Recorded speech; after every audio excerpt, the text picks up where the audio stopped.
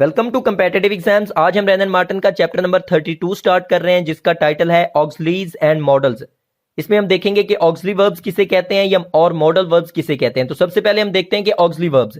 Auxiliary, यहाँ पे एक बात मैं आपको बता दूं, वो ये है कि ऑक्सिलरी वर्ब हम हेल्पिंग वर्ब को ही बोलते हैं। तो आपने ज़हन में रखना है कि जब भी मैं ऑक्सिलरी वर्ब इस्तेमाल करूं तो उसका मतलब होगा हेल्पिंग वर्ब, या हेल्पिंग वर्ब इस्तेमाल करूं तो उसका मतलब होगा ऑक्सिलरी वर्ब। तो ये दोनों सेम होते हैं। तो अब देखते हैं कि ऑक्सिलरी वर्ब कहते किसे हैं। ऑक्सिलरी वर्ब एक ऐसे वर्ब को कहते हैं जो मेन वर्ब, या जिसे हम ऑर्डिनरी वर्ब, मेन वर्ब जो होता है उसकी सपोर्ट के तौर पे जो वर्ब आए उसे हम ऑक्सिलरी वर्ब बोलते हैं। कैसे, एग्जांपल से क्लियर करें। हमारी एग्जांपल है ही इज वर्किंग। तो इस सेंटेंस में जो मेन वर्ब है वो है वर्क, और उसकी फोर्थ फॉर्म इस्तेमाल हुई है वर्किंग। तो इस मेन वर्ब की सपोर्ट के तौर पे जो वर्ब आ रहा है आई एस इज, वो हमारा हेल्पिंग वर्ब है। तो हेल्पिंग वर्ब की डेफिनेशन ये है कि वो मेन वर्ब की हेल्प करता है या मेन वर्ब के सपोर्ट के तौर पे आता है। इसी तरह बी की जितनी भी फॉर्म्स है, जैसे एम, इज, वाज, ये सब के सब हेल्पिंग वर्ब्स है। हैव हो गया, डू हो गया, डिड हो गया, ये सब के सब हेल्पिंग वर्ब्स है, यानी कि इनका काम सपोर्टिंग वर्ब के तौर पे होता है। इसीलिए हम इन्हें ऑक्सिलरी या हेल्पिंग वर्ब्स बोलते हैं। अब हम देखते हैं कि मॉडल वर्ब किसे कहते हैं। मॉडल वर्ब वो वर्ब होता है जो हमें किसी चीज की परमिशन के लिए इस्तेमाल करना पड़े, या पॉसिबिलिटी बताने के लिए, या किसी चीज की सर्टेनिटी।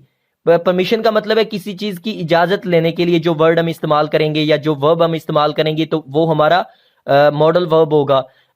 इसी तरह पॉसिबिलिटी, किसी चीज की मुमकिनात के बारे में बताने के लिए कि ऐसा हो सकता है, उसके लिए जो हम वर्ड इस्तेमाल करेंगे या जो वर्ब इस्तेमाल करेंगे वो मॉडल होगा। इसी तरह सर्टेनिटी, किसी चीज की सर्टेनिटी के बारे में बताना कि वो यकीनन है कि नहीं है, कि ऐसा होगा कि नहीं है। और इसी तरह किसी जरूरत के बारे में, जैसे कि नीड जो है, NEED, नीड, ये भी हमारा एक मॉडल वर्ब के तौर पे काम करता हुआ वर्ब है।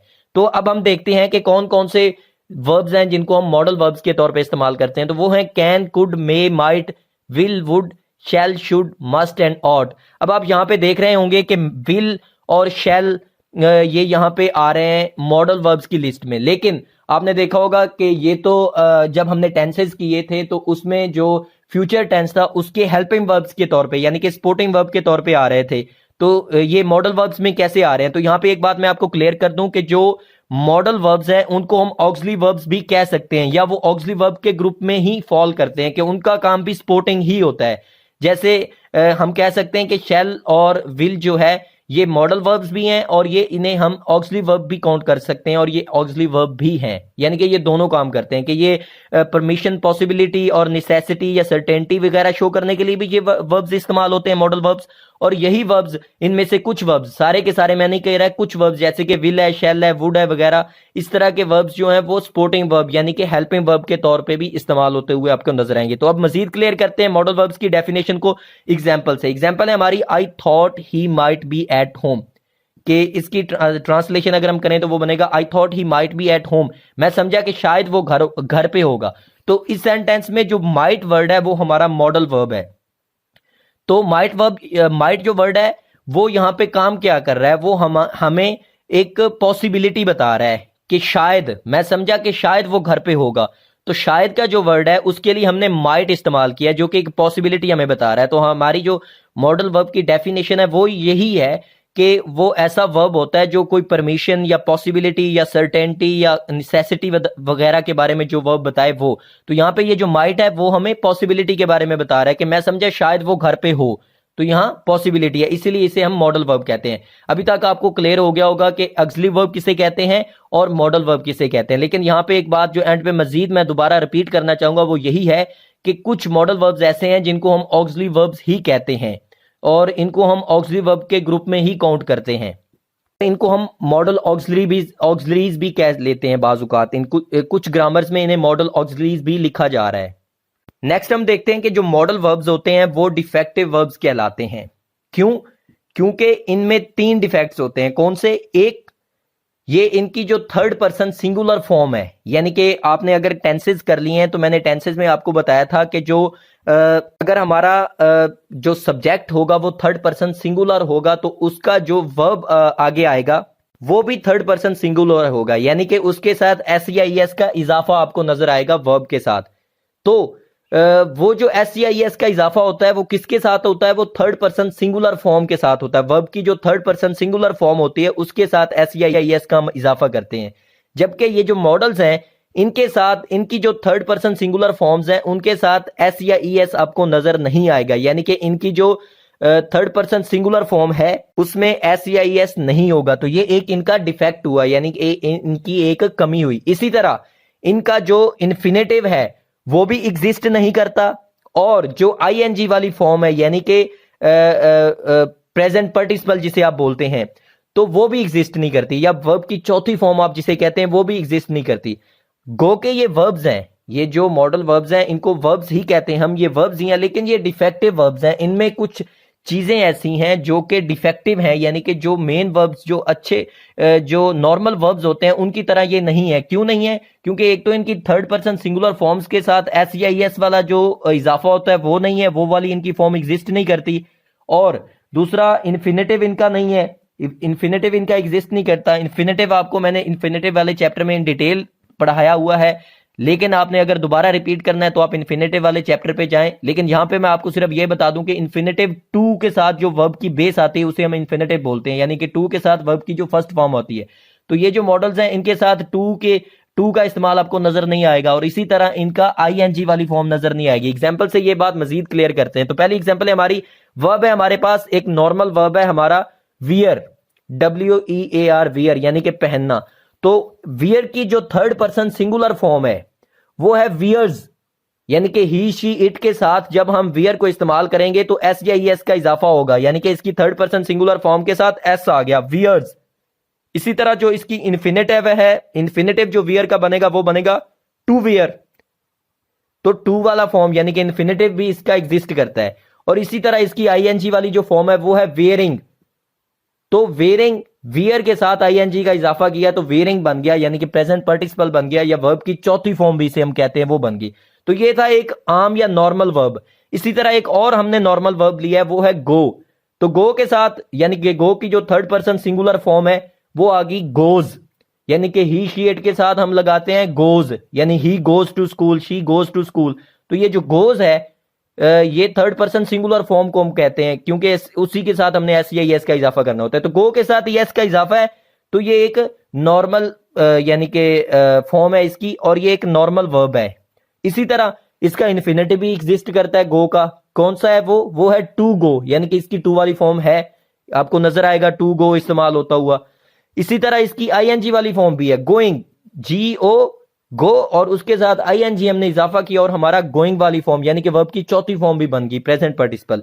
ये दो थे नॉर्मल वर्ब्स, वियर और गो, यानी इनकी तीनों फॉर्म्स एग्जिस्ट करती हैं, थर्ड पर्सन सिंगुलर फॉर्म भी और इन्फिनेटिव वाली भी और ING वाली भी।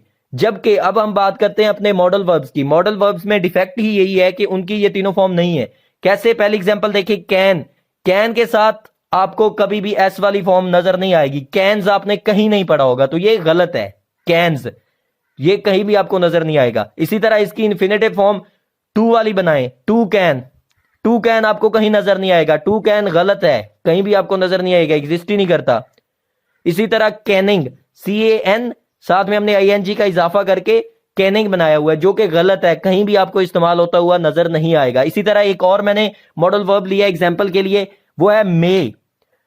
तो मे के साथ SEIS का इजाफा आपको नजर नहीं आएगा, कहीं भी मेज आप नहीं पढ़ेंगे, तो ये गलत है, यानी कि इसकी थर्ड पर्सन सिंगुलर फॉर्म के साथ SEIS आपको नजर नहीं आएगा। इसी तरह इसकी इन्फिनेटिव भी नहीं है, टू में आपको नजर नहीं आएगा कहीं पे भी, तो टू में भी गलत है, इसका इन्फिनेटिव एग्जिस्ट नहीं करता। इसी तरह इसकी चौथी फॉर्म भी एग्जिस्ट नहीं करती, यानी कि मे के साथ ING वाला आपको नजर नहीं आएगा, मेंग आपने कहीं नहीं देखोगे और ना ही देखा होगा, तो मेंग भी एग्जिस्ट नहीं करता। तो कहने की बात यह है कि इसमें ये जो दो वर्ब्स हैं कैन और मे, इनकी ये तीनों फॉर्म्स एग्जिस्ट नहीं करती, जबकि वियर और गो जो कि एक नॉर्मल वर्ब्स हैं उनकी ये तीनों फॉर्म्स एग्जिस्ट करती हैं। इसीलिए ये जो वर्ब्स हैं, मॉडल वर्ब्स जो हैं, इन सब का यही हाल है कि इनकी ये जो तीनों फॉर्म्स हैं वो एग्जिस्ट नहीं करती, इसीलिए हम इन्हें डिफेक्टिव वर्ब्स कहते हैं।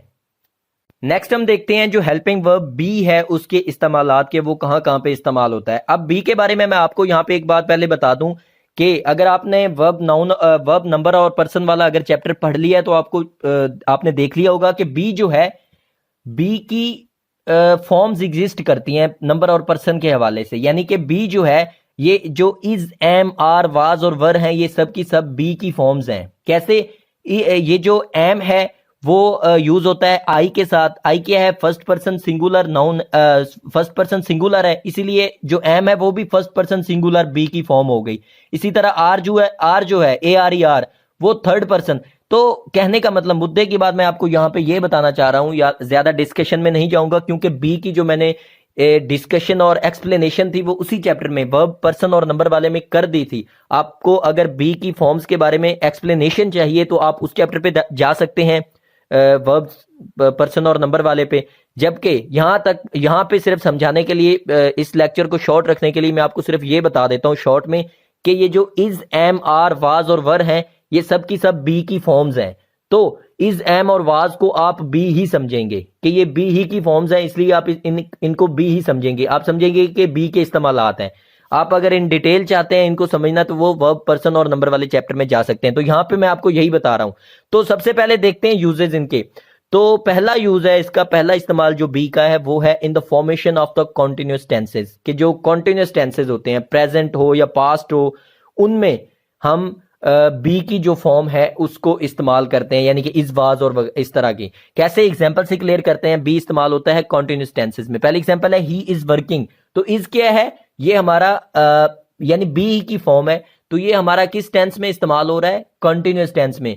तो वर्किंग से हमें पता चला कि ये जो प्रेजेंट पार्टिसिपल आ रहा है तो ये प्रेजेंट कंटिन्यूस टेंस है, तो इसलिए इसका इस्तेमाल प्रेजेंट कंटिन्यूस टेंस में हो गया। इसी तरह दूसरी एग्जांपल है आई वाज राइटिंग। तो वाज क्या है? ये भी बी की एक फॉर्म है। तो ये कौन सा टेंस है? ये है पास्ट कंटिन्यूस। कहने की जो मुद्दे की बात यहाँ पे है वो यही है कि जो बी है वो कंटिन्यूस टेंसेज में इस्तेमाल होता है, यानी कि इज, वाज और वर वगैरह आपको प्रेजेंट या पास्ट कंटिन्यूस टेंसेज वगैरह में नजर आएंगे। इसी तरह इसका दूसरा इस्तेमाल अगर हम देखें तो वो है in the formation of the passive. कि जब हम पैसिव वॉइस बनाते हैं तो तब भी बी का इस्तेमाल आपको नजर आएगा। कैसे? एग्जाम्पल है हमारे पास, द गेट वॉज ओपन। आपको एक्टिव पैसिव वाला जो चैप्टर था उसमें मैंने डिटेल में पढ़ा दिया था कि एक्टिव से पैसिव कैसे बनाते हैं। यहां पे मैं आपको सिर्फ ये बता दूं कि ये जो सेंटेंस है द गेट वाज ओपन, ये एक पैसिव सेंटेंस है। तो यहां पे वाज इस्तेमाल हुआ है। तो वाज क्या है? ये भी बी की फॉर्म है। तो द गेट वाज ओपन ये एक पैसिव वॉइस का सेंटेंस है और उसमें भी बी का इस्तेमाल हो गया, यानी कि वाज का इस्तेमाल आ गया। तो इस तरह ये बी जो है वो पैसिव वॉइस में भी आपको नजर आएगा, पैसिव वॉइस में भी ये इस्तेमाल होता है। नेक्स्ट जो बी का इस्तेमाल है उसके साथ एक शर्त है, और वो शर्त ये है कि ये फॉलोड बाय द इन्फिनेटिव, यानी कि बी के बाद इन्फिनेटिव आएगा किसी भी सेंटेंस में। तो वहां पे इसके इस्तेमालात कैसे हैं उसको देखते हैं। तो पहला इसका इस्तेमाल है to indicate a plan, arrangement और एग्रीमेंट। के कोई प्लान, किसी प्लान को हमने शो करना है, उसके लिए कोई सेंटेंस या कोई अरेंजमेंट हमने की हुई है या कोई एग्रीमेंट मुआहदा हो गया है, तो उसके लिए जो हम सेंटेंस या टेंस इस्तेमाल करेंगे उसमें हम बी का इस्तेमाल करेंगे। कैसे? एग्जाम्पल देखें। पहली एग्जाम्पल है I am to see him tomorrow. के मैं कल उसे मिल रहा हूं। इसकी अगर हम ट्रांसलेशन करें तो ये बनेगी कि मैं कल उसे मिल रहा हूं। अब ये क्या है? जो एम है ये हमारा बी है, बी की फॉर्म है। और टू सी क्या है? ये एक इन्फिनेटिव है। इन्फिनेटिव का मैंने आपको पहले भी बताया कि टू वाली फॉर्म होती है, टू के साथ वर्ब की बेस आती है, यानी कि टू के साथ वर्ब की फर्स्ट फॉर्म होती है। तो टू सी क्या है? हमारा इन्फिनेटिव है। और एम क्या है? ये बी की फॉर्म है, यानी कि बी की फॉर्म इस्तेमाल होगी या बी इस्तेमाल हो गया किसमें? एक प्लान को शो करने में। एक प्लान है ना ये कि I am to see him tomorrow, कि मैं कल उसे मिल रहा हूं। अब ये कल उसे मिल रहा हूं ये क्या है? ये एक प्लान है उसने जो बनाया हुआ है कि वो उसे कल मिल रहा है, इसलिए प्लान को शो करने के लिए हमने बी का इस्तेमाल कर दिया। दूसरी एग्जांपल आप देखें, we are to watch movie next month, कि हम अगले माह मूवी देख रहे हैं। तो यहां पे क्या है? आर जो है ए आर ई आर, ये भी बी की एक फॉर्म है। तो आर का इस्तेमाल यानी कि बी का इस्तेमाल आ गया, और फिर उसके बाद एक इन्फिनेटिव टू वॉच आ गया। तो यहां पे भी एक प्लान है कि we are to watch movie next month, तो ये भी एक प्लान है। तो किसी प्लान को या अरेंजमेंट को या कोई एग्रीमेंट शो करने के लिए भी हम बी का इस्तेमाल करते हैं। नेक्स्ट जो इसका इस्तेमाल है वो है टू डिनोट कमांड, कि किसी हुक्म को शो करने के लिए जो हम सेंटेंस इस्तेमाल करते हैं उसमें भी बी का इस्तेमाल होता है। कैसे? पहली एग्जाम्पल है you are to write your name at the top of each sheet of paper. इसकी अगर हम ट्रांसलेशन करें तो वो बनेगी कि you are to write your name at the top of each sheet of paper, यानी कि हर पेपर की जो शीट है उसके टॉप पे तुमने अपना नाम लिखना है। तो ये क्या है? ये एक हुक्म दिया जा रहा है कि तुमने हर पेपर की जो हर शीट है उसके टॉप पे अपना नाम लिखना है। तो ये क्या है, ये एक हुक्म है, इसमें भी बी का इस्तेमाल हो गया, यानी कि आर आ गया, बी की एक फॉर्म है। इसी तरह दूसरा सेंटेंस है, यानी दूसरी एग्जांपल है, mother says you are to go to market at once. तो इसके अगर हम ट्रांसलेशन करें तो वो भी एक हुक्म बनता है कि माँ कहती है, या माँ कहती है कि तुमने you are to go to market at once, तुमने एक दफा मार्केट जाना है। तो ये क्या है, ये एक हुक्म है। तो इस हुक्म को यानी कि किसी कमांड को शो करने के लिए भी हम बी का इस्तेमाल करते हैं। तो इसमें भी are, A R E R का इस्तेमाल आ गया, यानी कि बी की एक फॉर्म आ गई, तो ये भी बी का इस्तेमाल हो गया। तो किसी हुक्म को शो करने के लिए भी हम बी का इस्तेमाल करते हैं। नेक्स्ट जो बी का इस्तेमाल है वो है परफेक्ट इन्फिनेटिव के साथ, कि परफेक्ट इन्फिनेटिव के साथ बी इस्तेमाल होता है क्या करने, कोई ऐसी अरेंजमेंट को शो करने के लिए जो कि अरेंज की गई थी या प्लान बनाया गया था, लेकिन वो कामयाब नहीं हो सका, या वो मुकम्मल नहीं हो सका, या उस पर अमल नहीं किया गया। कैसे, एग्जाम्पल से क्लियर करते हैं। They were to have been married last month but had to postpone the marriage until June, के उन्होंने पिछले माह शादी करनी थी लेकिन उन्हें जून तक ये शादी जो है वो मनसूख करनी पड़ी, या जून तक इसको ले जाना पड़ा। तो इसमें क्या है, इसमें एक प्लान था जो कि नहीं हो पाया, काम था, एक अरेंजमेंट थी, वो क्या थी कि शादी होनी थी जो कि नहीं हो पाई, और अब वो पोस्टपोन होगी है, मनसूख होगी है, कब तक, जून तक। तो इसमें क्या है, इसमें जो वर्ब है वो हमारा बी की एक फॉर्म है, तो बी का इस्तेमाल आ गया। और जो परफेक्ट इन्फिनेटिव है वो हमारा have been married, to have been married, ये हमारा परफेक्ट इन्फिनेटिव है। तो परफेक्ट इन्फिनेटिव के साथ भी आपको बी का इस्तेमाल आएगा, किसी नजर आएगा जो कि ऐसी अरेंजमेंट को शो कर रहा होगा जो कि होनी थी लेकिन हो नहीं पाई। जैसे हम कह दें कि कोई काम ऐसा होना था कि मैंने फर्स्ट पोजीशन लेनी थी लेकिन ले नहीं पाया। तो इस तरह का जब हम सेंटेंस बनाएंगे तो उस सेंटेंस में हम क्या करेंगे, बी के इस्तेमाल के साथ हमको परफेक्ट इन्फिनेटिव इस्तेमाल करना पड़ेगा, ये बी की किसी भी फॉर्म के साथ। तो बी की जो फॉर्म है वो डिपेंड करती है सब्जेक्ट पे। अगर सब्जेक्ट सिंगुलर है तो बी की फॉर्म भी सिंगुलर रहेगी, जैसे कि वर की जगह यहाँ पे वाज होता, अगर दे की जगह पे ही हो जाता, यानी कि सब्जेक्ट के साथ रिलेटेड होता है, इसका सब्जेक्ट वर्ब एग्रीमेंट होता है। क्योंकि ये वर्ब होता है, बी एक वर्ब है, तो इसका एग्रीमेंट सब्जेक्ट के साथ होना होता है। तो वर्ब अगर सिंगुलर हो जाएगा तो इसकी फॉर्म भी सिंगुलर हो जाएगी, यानी वाज, वर की जगह पे वाज आ जाएगा, या आई ही के साथ। तो इसी तरह ये हैं सब बी की फॉर्म्स ही, was, were, is, am, are, ये सब की सब बी की फॉर्म्स हैं, तो है इस्तेमाल बी का ही ये। नेक्स्ट हम देखते हैं यूजेस ऑफ ऑक्सिलरी हैव, कि हैव जो एक हेल्पिंग वर्ब है उसका इस्तेमाल कहाँ कहाँ पे होता है। तो यहाँ पे एक बात मैं आपको क्लियर कर दूं कि जो हैव है और जो हैज है वो एक ही कैटेगरी का एक ही वर्ब है, और उसकी दो फॉर्म्स एग्जिस्ट करते हैं, यानी कि ही, शी, इट, या कोई अगर थर्ड पर्सन सिंगुलर होगा सब्जेक्ट, उसके साथ हैज आएगा और बाकी सबके साथ हैव आएगा। तो ये सब्जेक्ट वर्ब एग्रीमेंट जो चैप्टर है उसमें मैंने क्लियर किया हुआ था कि सब्जेक्ट के साथ जो वर्ब है वो एग्री कैसे करता है।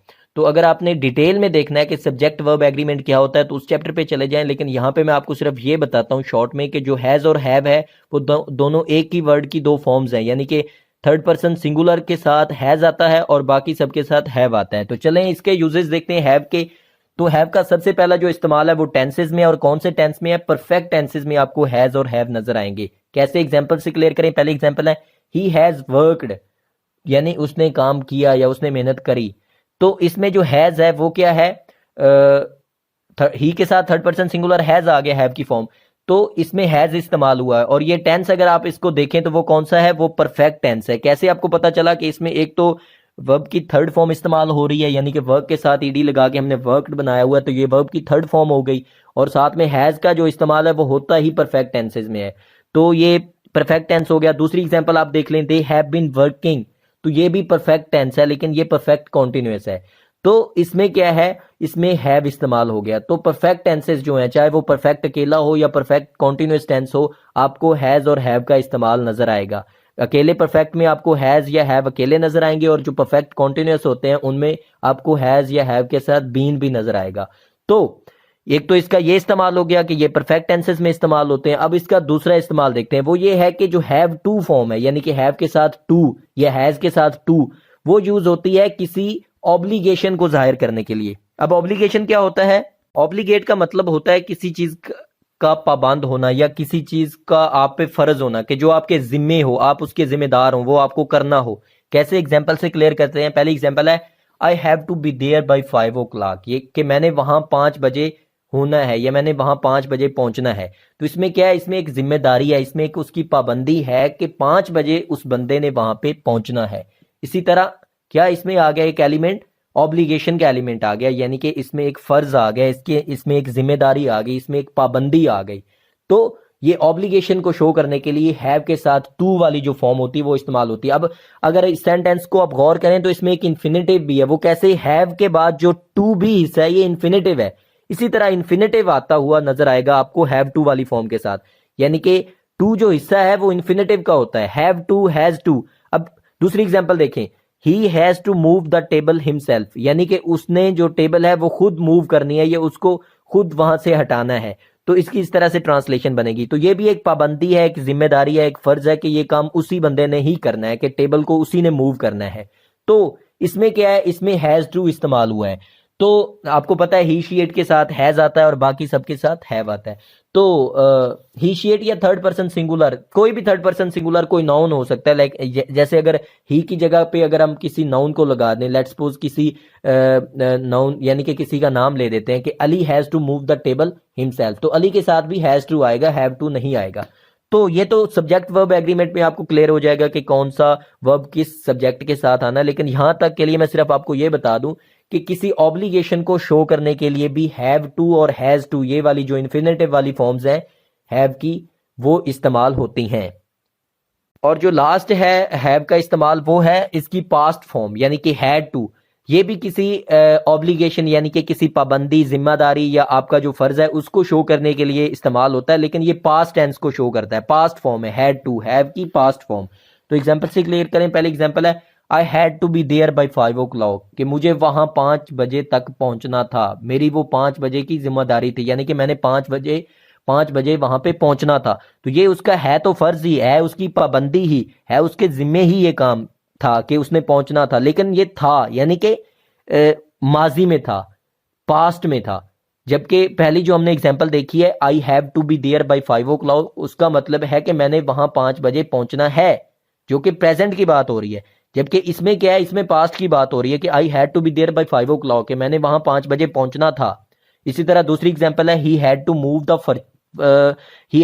द टेबल हिमसेल्फ, यानी कि उसने टेबल खुद ही मूव करना था या खुद ही उसको हटाना था। तो ये काम वही है जो हमने प्रेजेंट वाले में देखा, लेकिन यहाँ पे माजी में हो रहा है। सिर्फ फर्क ये है कि हैज टू जो है या हैव टू जो है वो प्रेजेंट के लिए, और जो अगर पास्ट में अगर किसी ऑब्लिगेशन को हमने शो करना है, पास्ट में अगर किसी फर्ज को, पाबंदी को या जिम्मेदारी को शो करना है, तो उसके लिए हम फॉर्म हैड टू इस्तेमाल करेंगे। इसी तरह he had to move the table himself का मतलब है कि उसको माजी में जो है यानी कि पास्ट में टेबल खुद ही मूव करनी थी। तो ये इस तरह से इसका इस्तेमाल है। नेक्स्ट जो बात नोट करने की वो ये है कि जब नेगेटिव या क्वेश्चन यानी कि नेगेटिव और इंट्रोगेटिव जब सेंटेंसेस बनाएंगे हम, तो उसमें हम डू, डिड या डज का इस्तेमाल करेंगे हैज, हैव टू या हैड टू के साथ। कैसे, एग्जांपल पहले देखें। पहली एग्जांपल है दे हैव टू गो, कि उन्होंने जाना है। तो अब इसका अगर हम नेगेटिव बनाएं तो वो बनेगा दे डोंट, यानी कि they do not have to go. ये जो डोंट है ये डू नॉट की शॉर्ट फॉर्म है।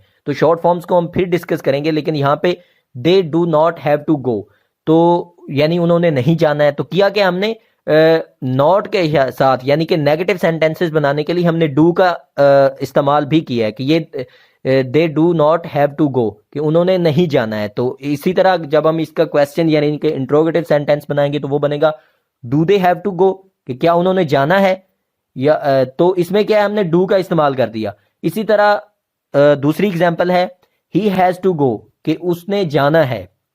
तो उसकी जो अगर हम नेगेटिव सेंटेंस बनाएं तो वो बनेगा he does not have to go, कि उसने नहीं जाना है। और इसका क्वेश्चन बनेगा does he have to go, क्या उसने जाना है। तो इसमें क्या है, हमने डज का इस्तेमाल कर दिया। इसी तरह तीसरी एग्जांपल देखें, ही हैड टू गो, उसने जाना था, अब माजी की बात हो रही है। और इसका नेगेटिव बनेगा he did not have to go, उसने नहीं जाना था। और इसका क्वेश्चन यानी कि इंट्रोगेटिव बनेगा did he have to go, क्या उसने जाना था। तो हमने क्या किया है, इसमें डिड का इस्तेमाल कर दिया। इसी तरह कहने का मतलब यह है कि जब हम सिंपल बनाएंगे हैज टू या हैव टू या हैड टू के सेंटेंसेस, तो वो तो सिंपल होंगे, लेकिन जब उनके हम नेगेटिव और इंट्रोगेटिव बनाएंगे तो उनमें डू, डज और डिड का इस्तेमाल आएगा आपको नजर। और ये इनका इस्तेमाल अकॉर्डिंगली होगा। अकॉर्डिंगली कैसे, कि ये वर्ब के हिसाब से होंगे, यानी कि आपने देखा होगा कि अगर दूसरी एग्जांपल को फिर से देखें तो ही हैज टू गो, तो इसका नेगेटिव बनाने के लिए या इसका इंट्रोगेटिव बनाने के लिए हमने डज का इस्तेमाल किया है। क्यों? क्योंकि ही शी इट जो है वो थर्ड पर्सन सिंगुलर सब्जेक्ट होता है। तो थर्ड पर्सन सिंगुलर सब्जेक्ट के साथ जो वर्ब है वो भी थर्ड पर्सन सिंगुलर ही आएगा। तो डू का जो थर्ड पर्सन सिंगुलर है वो डज है, इसलिए हमने डज का इस्तेमाल किया है। इसी तरह ये जो वर्ब सब्जेक्ट वर्ब एग्रीमेंट है आपको दूसरी में भी नजर आएगा, यानी कि पहली एग्जांपल आप देख सकते हैं उसमें डू का इस्तेमाल हुआ है। क्यों? क्योंकि दे जो है THEY दे, ये क्या है? ये थर्ड पर्सन प्लूरल है। तो डू जो है ये भी थर्ड पर्सन प्लूरल वर्ब है, यानी कि थर्ड पर्सन प्लूरल के साथ हम डू का इस्तेमाल करते हैं। और अगर लास्ट एग्जांपल हम देखें ही हैड टू गो, तो ही क्या है? ये थर्ड पर्सन सिंगुलर तो है, लेकिन इसके साथ डज का इस्तेमाल क्यों नहीं हुआ? क्योंकि ये हैड है। तो हैड का हमने देखते हुए उसका जब नेगेटिव बनाना है तो वो डिड का इस्तेमाल कर दिया। आपको याद होगा मैं जब आपको टेंसेस करवा रहा था तो टेंसेस यानी कि सिंपल पास्ट या पास्ट इंडेफिनिट टेंस जब मैंने आपको करवाया था तो तब मैंने जब स्ट्रक्चर समझाए थे तो वहां पे मैंने एक बात बताई थी कि जो पास्ट इंडेफिनिट यानी कि सिंपल पास्ट के जो टेंसेस पॉजिटिव टेंसेस होते हैं उनमें second form of the verb इस्तेमाल होती है, जबकि उनके जब नेगेटिव और इंट्रोगेटिव बनाते हैं तो फॉर्म जो है वो वर्ब की फर्स्ट हो जाती है। इसी तरह यहाँ पे आपको नजर आ रहा होगा कि जो हैड टू है वो पास्ट को शो कर रहा है, लेकिन जब उसका नेगेटिव और इंट्रोगेटिव की तरफ हम गए हैं तो आपको हैव टू नजर आ गया, यानी कि हैड टू जो है वो हैव टू में कन्वर्ट हो चुका है। तो ये क्यों हुआ है? क्योंकि हमको पता है कि जब पास्ट या सिंपल पास्ट का हम इंट्रोगेटिव और नेगेटिव बनाते हैं तो उसमें जो वर्ब की फॉर्म है वो सेकंड से फर्स्ट हो जाती है, यानी कि first form of the verb हो जाती है। तो इसीलिए यहाँ पे हैड टू जो है वो हैव टू हो चुका है, और डिड का इस्तेमाल भी हमने इसीलिए किया है क्योंकि आपको याद होगा कि नेगेटिव में यानी कि past simple past past indefinite में जो नेगेटिव सेंटेंसेस बनाने के लिए जो हेल्पिंग वर्ब था वो डिड ही था। तो डिड का हमने इस्तेमाल करना है। डिड क्यों है? ये second form of the verb है, यानी कि डू की सेकंड फॉर्म डिड है, तो इसलिए हमने डिड का इस्तेमाल कर दिया। और जो मेन वर्ब है यानी कि हैड टू वो हैव टू में कन्वर्ट हो गया। नेक्स्ट है ऑक्सिलरी वर्ब डू के इस्तेमालात, कि डू जो है वो कहां कहां पे इस्तेमाल होता है। तो डू का जो सबसे पहला इस्तेमाल है वो ये है कि ये जो प्रेजेंट इंडेफिनेट और पास्ट इंडेफिनेट यानी कि सिंपल प्रेजेंट जिसको हम प्रेजेंट इंडेफिनेट भी कहते हैं और सिंपल पास्ट जिसको हम पास्ट इंडेफिनेट भी कहते हैं, इन दोनों टेंसेस के जो नेगेटिव और इंट्रोगेटिव सेंटेंसेस बनाने के लिए हम डू का इस्तेमाल करते हैं। कैसे? एग्जांपल देखिए, पहली एग्जांपल है ही डज नॉट वर्क, कि वो काम नहीं करता। तो ये क्या है? ये प्रेजेंट इंडेफिनेट का नेगेटिव सेंटेंस है। अगर आपने टेंसेस कर लिए हैं तो आपको फौरी पता चल गया होगा कि ये प्रेजेंट इंडेफिनेट टेंस का नेगेटिव टेंस है, तो नेगेटिव सेंटेंस है, तो इसलिए नेगेटिव में हमने डज का इस्तेमाल कर दिया। डू डज जो है वो डू की एक फॉर्म ही है, थर्ड पर्सन सिंगुलर फॉर्म है। और दूसरी एग्जांपल देखें, ही डिड नॉट वर्क, कि उसने काम नहीं किया। तो ये क्या है? ये पास्ट इंडेफिनेट का नेगेटिव सेंटेंस है, तो इसमें हमने डू की सेकंड फॉर्म डिड का इस्तेमाल कर दिया है। तो इसी तरह तीसरी एग्जांपल देखें, डज ही वर्क, तो ये क्या है? ये क्वेश्चन यानी कि इंट्रोगेटिव सेंटेंस है किसका? प्रेजेंट इंडेफिनेट का, तो इसमें भी हमने डज का इस्तेमाल कर दिया, यानी कि डू की फॉर्म है डज। और आखिरी लास्ट एग्जांपल देखें, डिड ही वर्क, क्या उसने काम किया? तो ये क्या है? ये पास्ट इंडेफिनेट का यानी कि सिंपल पास्ट का क्वेश्चन या इंट्रोगेटिव सेंटेंस है, तो इसमें भी हमने डिड का इस्तेमाल कर दिया। तो कहने के बाद यानी कि मुद्दे की बात यह है कि प्रेजेंट इंडेफिनेट के नेगेटिव और इंट्रोगेटिव सेंटेंसेस बनाने के लिए हम डू का इस्तेमाल करते हैं, और पास्ट इंडेफिनेट के नेगेटिव और इंट्रोगेटिव सेंटेंसेस बनाने के लिए हम डू का इस्तेमाल करते हैं। अब इसका दूसरा इस्तेमाल देखते हैं, वो है to avoid repetition of a previous ordinary verb, कि जो एक ऐसा मेन वर्ब जिसका पहले जिक्र हो चुका है उसको दोबारा रिपीट करने की बजाय हम डू का इस्तेमाल कर लेते हैं। कैसे? इस बात को एग्जाम्पल से ये बात ज्यादा क्लियर होगी। पहली एग्जाम्पल है, डू यू नो हिम, ये क्वेश्चन किया जा रहा है कि क्या तुम उसे जानते हो। उसका आगे से कोई बंदा रिप्लाई दे रहा है यानी जवाब दे रहा है, वो कह रहा है यस आई डू।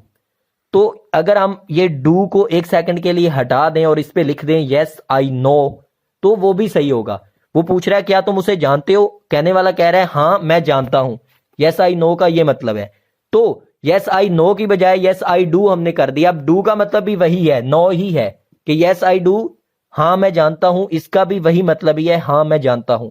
तो किया कि हमने नो को रिपीट करने की बजाय, KNOW नो को रिपीट करने की बजाय, मेन वर्ब को रिपीट करने की बजाय हमने डू का इस्तेमाल कर दिया है, और उस डू का मतलब भी नो ही है। दूसरी एग्जांपल से मजीद क्लियर करें, शी सिंग्स वेल, कि वो अच्छा गाती है। आगे से कोई बंदा कह रहा है यस शी डज, हाँ वो गाती है। शी डज का मतलब है हाँ वो अच्छा ही गाती है, तो मतलब वही होगा, मतलब में फर्क नहीं होगा। लेकिन अगर आप डज की जगह पे सिंग्स लगा दें फिर भी सही है। यस शी सिंग्स, कि वो सही गाती है, अच्छा गाती है। तो कहने का मतलब, मुद्दे की बात यह है कि आप मेन वर्ब को रिपीट करने के बजाय डू या डज का इस्तेमाल कर सकते हैं। नेक्स्ट जो डू का इस्तेमाल है वो है किसी सेंटेंस पे या किसी बात पे जोर देने के लिए हम डू का इस्तेमाल करते हैं। कैसे? एग्जाम्पल है, पहली एग्जाम्पल देखें, यू डू लुक पेल, कि यानी तुम पीले या मध्यम नजर आ रहे हो, यानी कि बीमार से, हल्के से बीमार नजर आ रहे हो। तो इसमें अगर हम डू को निकाल दें सेंटेंस में एक सेकंड के लिए, तो फिर हमारा सेंटेंस बनेगा यू लुक पेल। तो उसका भी यही मतलब है कि तुम मध्यम या पेल नजर आ रहे हो, यानी कि हल्के से बीमार नजर आ रहे हो। तो डू डालने का क्या मतलब है? जोर देना, कि यू डू लुक, कि तुम वाकई ही पेल यानी कि मध्यम नजर आ रहे हो। दूसरी एग्जांपल से मजीद क्लियर करें, I told him not to go but he did go. अगर इसकी ट्रांसलेशन हम करें कि मैंने उसे कहा था कि ना जाओ लेकिन वो गया, इसकी इस तरह से ट्रांसलेशन बनती है। लेकिन अगर हम कर दें, क्या करें, डिड को निकाल दें एक सेकंड के लिए, तो फिर ये सेंटेंस बनेगा I told him not to go but he go. इसका भी वही मतलब है कि मैंने उसे कहा कि ना जाओ लेकिन वो गया। लेकिन डिड डाल के हमने क्या किया, हमने जोर दे दिया। तो किसी बात पे जोर देने के लिए हम डिड डू का इस्तेमाल करेंगे, यानी कि डिड क्या है, डू की फॉर्म ही है। तो डू का इस्तेमाल जोर देने के लिए भी होता है। तो I told him not to go but he did go का मतलब है मैंने उसे कहा था ना जाओ लेकिन वो गया।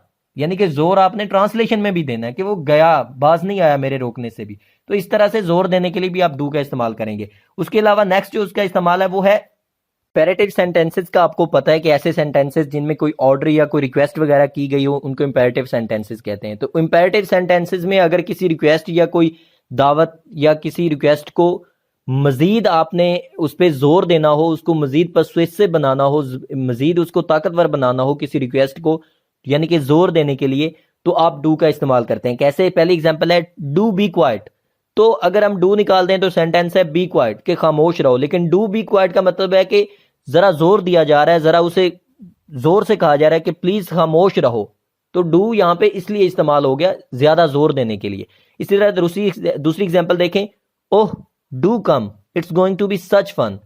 तो यहां पे क्या है, अगर हम डू निकालें तो सेंटेंस बनेगा oh come it's going to be such fun, कि आओ बड़ा मजा आने वाला है। तो वो तो सिंपल एक इनविटेशन हो गया, सिंपल एक दावत होगी। लेकिन ओह डू कम, डू जब हमने लगाया तो हम जोर दे रहे हैं कि यार जरूर आओ, बहुत मजा आने वाला है, बहुत फन होने वाला है। तो कहने का मतलब है जब जरूर का हमने एलिमेंट डालना हो किसी दावत या किसी रिक्वेस्ट में, तो फिर हम डू का इस्तेमाल करेंगे। तो इसमें करना क्या है कि जब हम डू का इस्तेमाल करेंगे इस तरह की सिचुएशन में, तो फिर हमने जोर देना होगा डू पे कि डू बी क्वाइट। अगर हम पहले सेंटेंस को की प्रोनाउंसिएशन करें तो कहेंगे डू बी क्वाइट, कि डू पे जोर दिया। इसी तरह दूसरी की अगर प्रोनाउंसिएशन करें तो वो बनेगी oh do come it's going to be such fun, यानी कि डू पे थोड़ा जोर देना है, थोड़ी स्ट्रेस देनी है। तो इस तरह से इसका इस्तेमाल है।